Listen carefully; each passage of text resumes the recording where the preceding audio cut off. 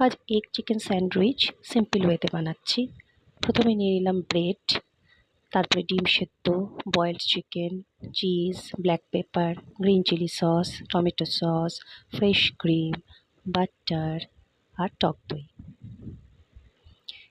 চিকেনগুলোকে ভালো করে স্ম্যাশড করে নিলাম। সেদ্ধ চিকেনগুলোকে ভালো করে স্ম্যাশড করা শুরু করে দিলাম। ভালো করে স্ম্যাশড করার পরে তারপরে নেব ডিম সেদ্ধ। সেই সেদ্ধ ডিমটাকেও ভালো করে স্ম্যাশড করলাম। এরপরে সামান্য নুন দিয়ে দিলাম, তারপরে সামান্য গোলমরিচ দিয়ে দিলাম, টক দই দিলাম, ফ্রেশ ক্রিম দিলাম। ফ্রেশ ক্রিম দেওয়ার পরে চলে গেলাম টমেটো সস।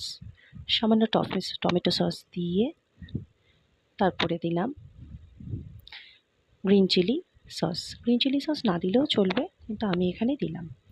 এরপরে এটাকে ভালো করে মিক্স করলাম। ভালো করে মিক্স করার পরে তারপরে বাটার নিয়ে ব্রেডের মধ্যে ভালো করে স্প্রেড করে দিলাম। স্প্রেড করে দেওয়ার পরে সামান্য টমেটো সস দিয়েও সেটা স্প্রেড করে দিলাম। তারপরে মিক্সচারটা নিয়ে ওর উপরে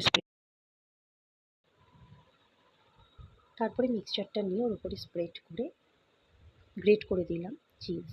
এরপরে আবার ব্ল্যাক পেপার সামান্য দিয়ে দিলাম।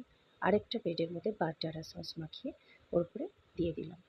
প্যানের মধ্যে সামান্য বাটার নিয়ে সেটা একটু হালকা গরম করার পরে গ্রেট করে রাখা গার্লিক দিলাম।